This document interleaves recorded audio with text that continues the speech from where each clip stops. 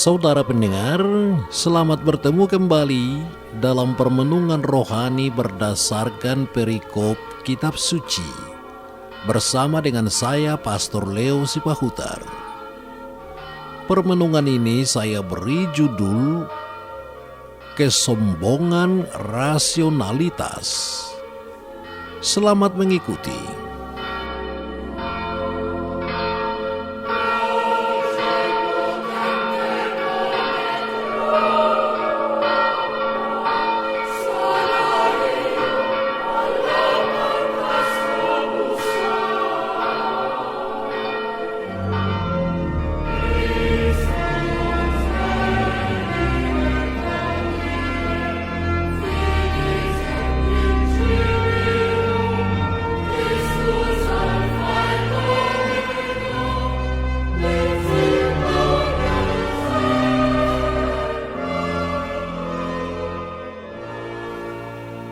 Inilah Injil Tuhan kita Yesus Kristus menurut Yohanes bab 20 ayat 19 sampai dengan 31.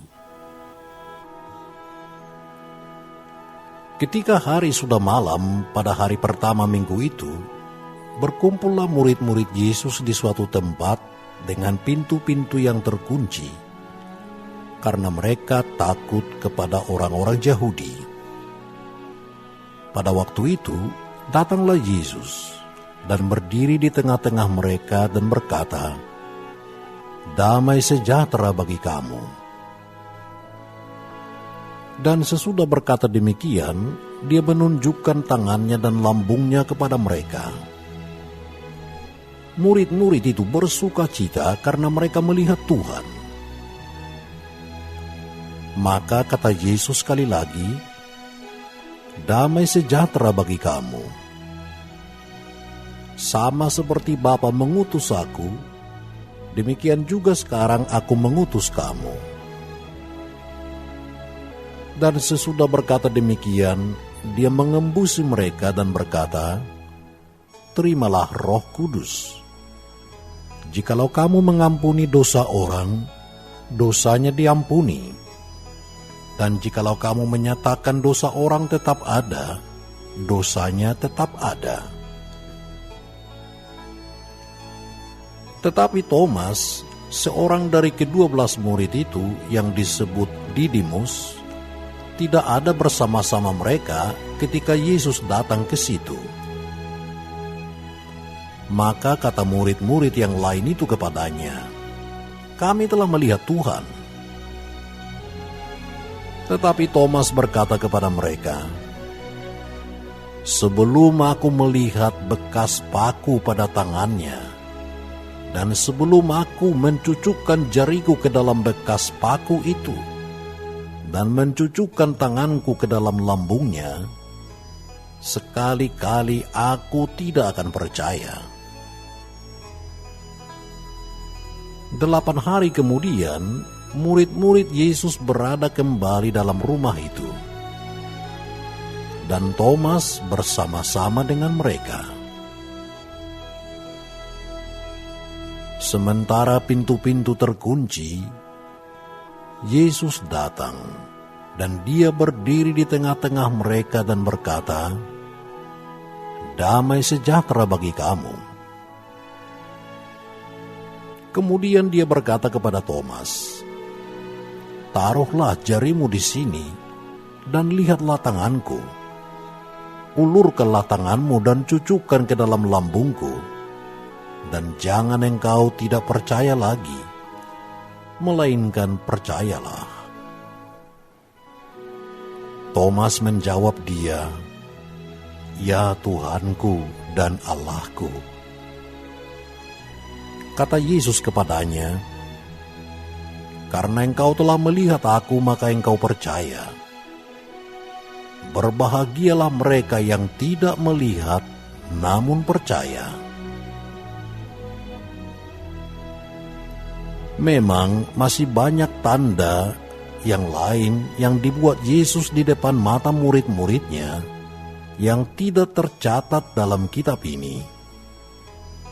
Tetapi semua yang tercantum di sini telah dicatat, supaya kamu percaya bahwa Yesuslah Mesias, Anak Allah, dan supaya kamu oleh imanmu memperoleh hidup dalam namanya. Demikianlah sabda Tuhan.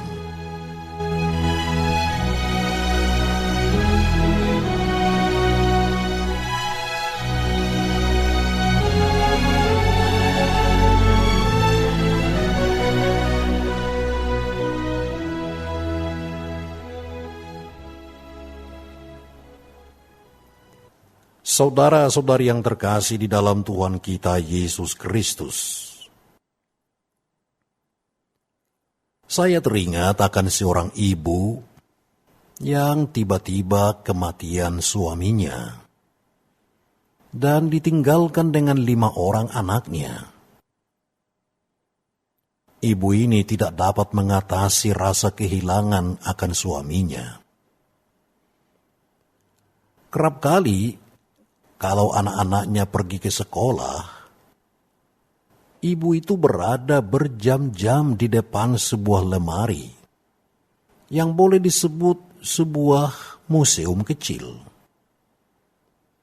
Dia membongkar isi lemari itu, membaca-baca surat lama, mengamati foto-foto masa dulu, sambil pikirannya asik mengumpulkan kenangan-kenangan indah akan suaminya almarhum. Pada suatu hari, putranya yang sulung pulang dari sekolah lebih cepat dari biasanya dan mendapati ibunya sedang asik merenung di tengah-tengah segala barang nostalgianya itu. Dan anak sulung itu tiba-tiba berkata, "Apa ibu ingin kehilangan kami semua?" Kedengarannya ucapan itu kejam, tetapi sangat tepat. Ibu itu sudah kehilangan suaminya, dan sekarang dia sudah berada pada jalan menuju kehilangan ke-5 anaknya juga.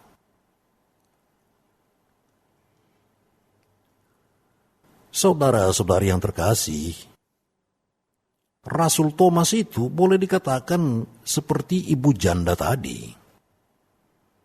Sejak melihat Yesus ditangkap dan disalibkan, dia menjadi putus asa. Thomas kehilangan pegangan hidup. Dia merasa bahwa usahanya selama 3 tahun mengikuti Yesus tidak ada gunanya. Rencana untuk mendapatkan jaminan hidup yang lebih baik bagi masa depannya tidak jalan. Dia sangat kecewa. Kecuali itu, dia juga sangat takut terhadap penguasa orang-orang Yahudi. Takut dianggap sebagai murid Yesus. Maka Thomas pergi meninggalkan teman-temannya, menghilang. Dia tidak dapat mengatasi peristiwa kesengsaraan Yesus yang begitu hebat. Dan karena itu dia kehilangan hubungan dengan rasul-rasul yang lain. Namun di luar sana, Thomas tidak menjumpai seorang sahabat yang dapat menghilangkan kekecewaannya. Hatinya tetap kecewa dan gelap. Itulah sebabnya dia kembali lagi ke rumah tempat para murid itu berkumpul.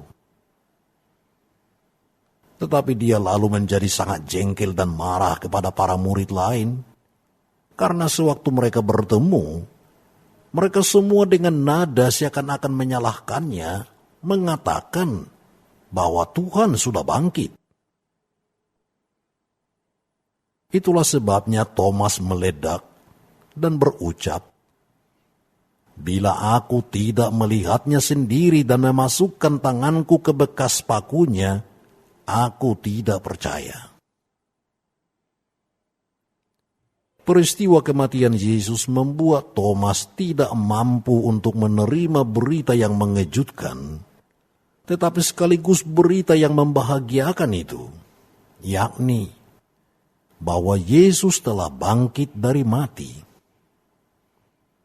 Dia tidak mampu menjadi bagian dari kelompok sekawan dengan para rasul yang lain. Saudara-saudari yang dikasihi Tuhan, Thomas memang punya watak keras. Dialah juga yang pernah berkata kepada Yesus untuk pergi dan mati bersama dia. Dia juga punya watak spontan, langsung bicara bila tidak setuju. Thomas juga punya sifat untuk melihat suatu bukti. Sesuatu yang tidak dapat dilihat, tidak masuk akal, itu tidak akan dipercayainya. Mungkin karena wataknya itulah Yesus senang kepadanya dan ingin agar dia menjadi muridnya. Lalu bagaimana Yesus menyembuhkan orang yang putus harapan ini? 8 hari kemudian murid-murid Yesus berada kembali dalam rumah itu, dan Thomas bersama-sama dengan mereka. Sementara pintu-pintu terkunci, Yesus datang dan dia berdiri di tengah-tengah mereka dan berkata, "Damai sejahtera bagi kamu." Kata damai, shalom itu merupakan salam yang biasa bagi orang Yahudi. Ini mengandung arti lebih dalam daripada tidak adanya perang atau tidak adanya ketentraman batin. Shalom meliputi keselarasan batin yang menyeluruh dengan Tuhan dan dengan sesama manusia. Selaras dengan badan dan dengan alam. Meliputi kegembiraan dan keadilan.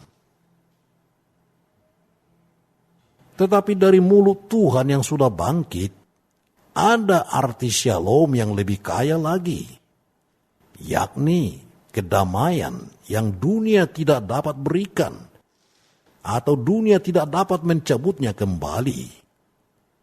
Shalom yang lahir dari hidup dan dapat mengatasi maut. Kedamaian inilah yang ingin dibawakan oleh Tuhan kepada Thomas. Tetapi itu dilakukan Tuhan hanya setelah Thomas kembali kepada kawanannya. Orang yang menyendiri tidak dapat dibantu. Seperti dikatakan dalam Ibrani bab 10 ayat 24 sampai dengan 25. Marilah kita saling memperhatikan, supaya kita saling mendorong dalam kasih dan dalam pekerjaan baik. Janganlah kita menjauhkan diri dari pertemuan-pertemuan ibadah kita, seperti dibiasakan oleh beberapa orang. Tetapi marilah kita saling menasehati dan semakin giat melakukannya menjelang hari Tuhan yang mendekat. 8 hari di antara kedua penampakan Yesus memang merupakan hari-hari yang terasa berat bagi Thomas. Dan dalam pergulatan untuk berebut unggul, ternyata diri Thomas yang berkehendak baiklah yang menang terhadap diri Thomas yang sempit. Dan inilah yang ditunggu-tunggu Tuhan. Sekarang Thomas siap untuk disembuhkan. Dan Yesus berkata kepada Thomas, "Taruhlah jarimu di sini dan lihatlah tanganku. Ulurkanlah tanganmu dan cucukkan ke dalam lambungku, dan jangan engkau tidak percaya lagi, melainkan percayalah." Thomas menjadi terharu, tertegun, dan menyesal. Dia tidak dapat berbuat apa-apa lagi kecuali mengatakan, "Tuhanku dan Allahku." Saudara-saudari, menarik dilihat bahwa Tuhan tidak memarahi ketidakpercayaan Thomas atau menghukumnya, melainkan Tuhan memenuhi keinginan Thomas, yaitu dengan memperlihatkan dirinya dan menyuruh Thomas memasukkan tangannya ke bekas paku di tangannya. Tuhan menggunakan watak dan pribadi Thomas yang ada untuk semakin lebih percaya. Tuhan menyapa Thomas lewat situasi pribadi dan wataknya yang khas, yang kadang oleh orang lain dianggap kurang baik. Bagi Tuhan ternyata watak seperti apapun dapat disapa dan digunakan. Saudara-saudari yang dikasihi Tuhan, kalau saya melihat sifat dan watak saya, dan juga melihat sifat dan watak beberapa teman saya, tampak jelas bahwa kita masing-masing berbeda dan masing-masing punya keanehan dan kekhasan sendiri. Tetapi yang menarik ialah Tuhan tetap mencintai, Tuhan tetap menyapa dan mau menggunakan kita masing-masing dengan kekhasan itu. Tuhan tetap menggunakan kita masing-masing dalam karyanya. Ini berarti bahwa bagaimanapun sifat kita, kita tidak usah takut untuk mau digunakan oleh Tuhan dan disapa Tuhan. Bagaimanapun keadaan kita tetap boleh percaya dan dapat dibimbing untuk lebih percaya lagi kepada Tuhan. Cinta Tuhan tidak dibatasi oleh keanehan sifat pribadi kita, karena Dia menguasai dan lebih agung dari semuanya itu.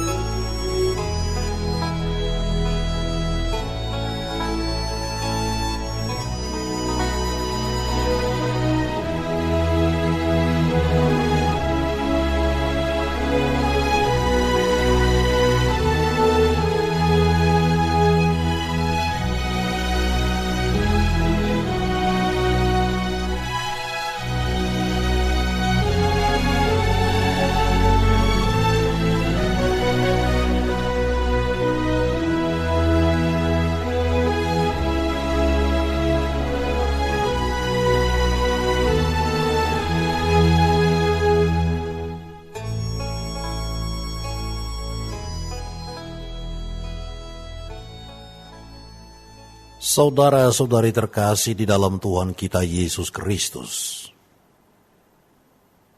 Tuhanku dan Allahku, demikian pengakuan Thomas di hadapan Tuhan.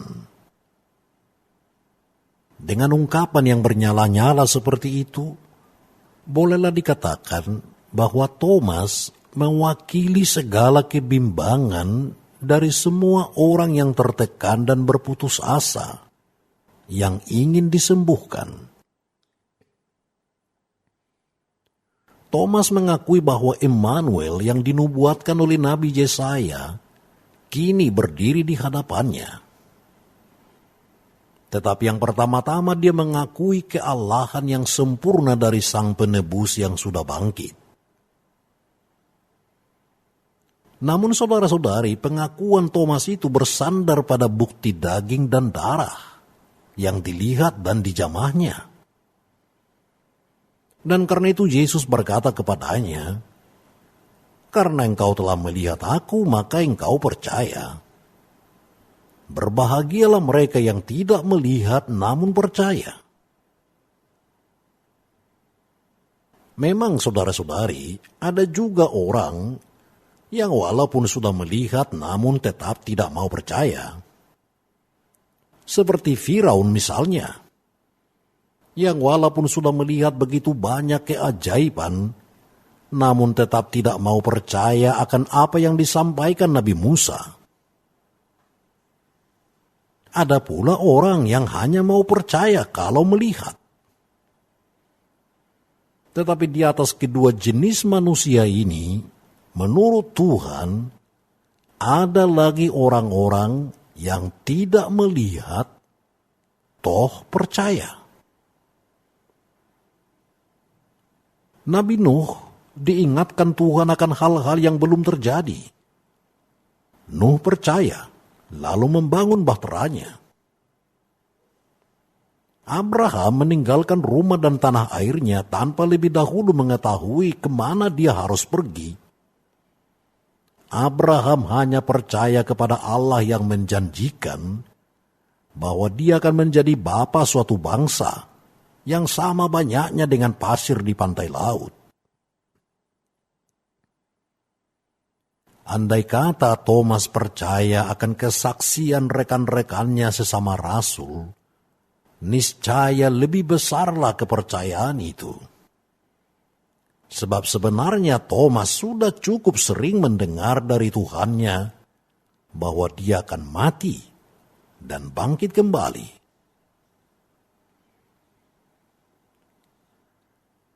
Saudara-saudari yang terkasih, kesalahan Thomas bukan hanya keraguannya, karena bisa saja itu merupakan akibat dari rasionalitasnya. Kesalahan lain dari Thomas ialah bahwa dia tidak mau berbagi dengan para rasul lainnya. Dia tidak sabar menanti, lalu pergi keluar rumah meninggalkan para rasul yang lagi ketakutan. Dan karena itulah dia tidak hadir ketika Yesus datang menampakkan diri dan memberikan anugerah damai sejahtera. Thomas pun ogah menerima pengalaman iman para rasul lainnya yang begitu gembira telah melihat Tuhan. Thomas tetap cuek bebek dan bahkan dengan arogan mengatakan bahwa dia tidak mau percaya jika tidak melihat sendiri dan harus mencucukkan jarinya ke bekas luka paku dan tombak di tubuh Yesus.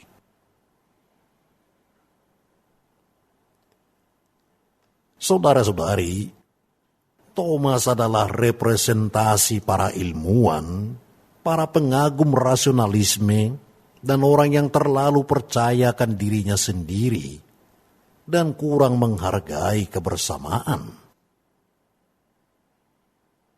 Masyarakat sepanjang zaman selalu dipenuhi dengan orang-orang seperti Thomas yang tidak percaya pada kebersamaan, karena memandang diri sebagai pusat orientasi segala sesuatu.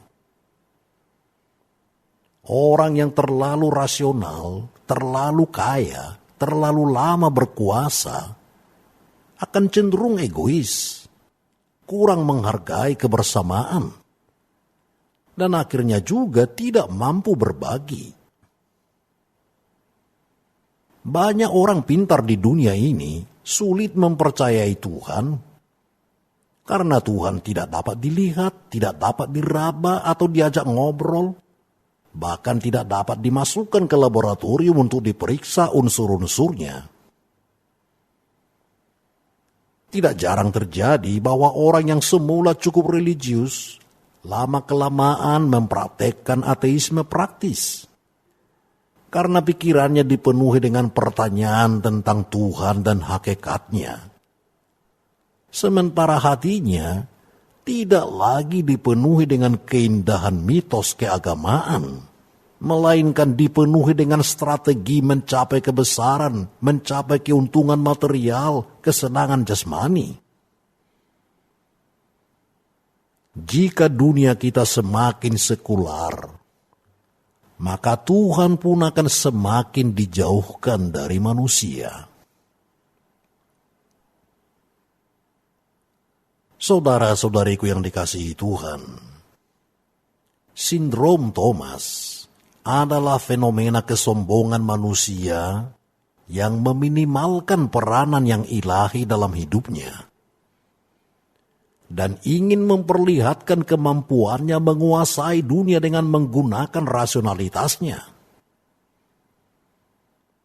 Sejarah umat manusia dihiasi dengan tokoh-tokoh besar yang mendasarkan sukses duniawinya pada keperkasaan akal sehatnya, namun berakhir dengan tragedi kemanusiaan yang mengerikan. Alexander Agung adalah penguasa yang berpikir bahwa kekuasaan adalah segalanya. Napoleon Bonaparte berpikir bahwa dia akan mencapai kemuliaan duniawinya lewat kekuatan militer. Dan atas dasar prinsip yang sama, Hitler menjadi penjagal manusia terbesar dalam sejarah. Tokoh-tokoh ini semua berotak brilian dan ahli strategi, dan sempat yakin bahwa dengan kehebatan otaknya mereka akan dapat mengalahkan seluruh dunia. Kegagalan para tokoh dunia penyebar tragedi kemanusiaan adalah kegagalan mereka untuk mengalahkan egonya, gagal membendung rasionalitasnya yang liar, gagal menjinakkan kepuasan hatinya. Jika ingin mengalahkan dunia dan menjadi pemenang sejati, maka manusia pertama-tama harus mengalahkan dirinya sendiri. Sebab musuh utama manusia adalah dirinya sendiri. Pertarungan terpenting seorang manusia ialah pertarungan melawan dirinya sendiri untuk menjinakkan ego dan rasionalitasnya. Untuk memenangkan pertarungan ini, orang harus mampu mendengar. Orang harus mampu berbagi rasa dan belajar solider.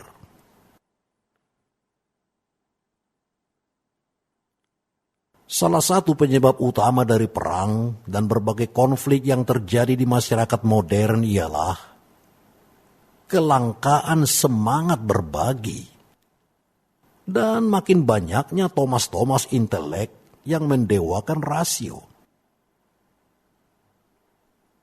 Damai, shalom yang dianugerahkan Kristus dengan kebangkitannya tak mungkin sanggup kita terima jika orang tidak keluar dari dirinya, keluar dari kubur egoisme diri, keluar dari kubur keraguan eksistensial, keluar dari kubur perasaan bahwa akulah yang selalu benar.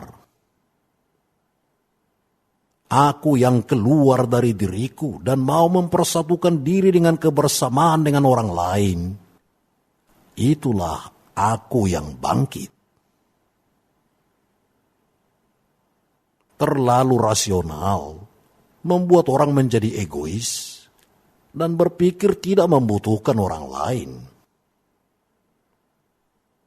Gereja perdana di Yerusalem telah memperlihatkan bahwa kebersamaan adalah cara yang tepat untuk menguasai dunia. Dalam arti, membuatnya lebih baik. Jemaat perdana itu tidak hanya mengomongkan kebersamaan dan kasih, tetapi mereka mentransformasikan kata-kata dalam aksi. Sebagaimana diceritakan dalam Kisah Para Rasul bab 4 ayat 32. Adapun kumpulan orang-orang yang telah percaya itu sehati dan sejiwa. Segala yang mereka miliki menjadi milik bersama.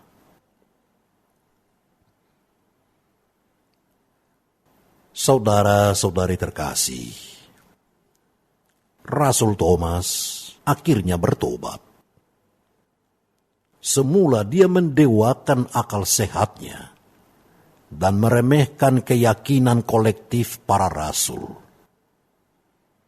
Dia tidak mau berbagi. Apakah orang rasional bisa bahagia? Ya, mereka bisa tetap bahagia dan beriman, asalkan mereka mau mendengar orang lain dan rela berbagi. Kemauan mendengar dan berbagi adalah cara yang sangat ampuh untuk membabat habis segala egoisme dan kesombongan hati. Amin.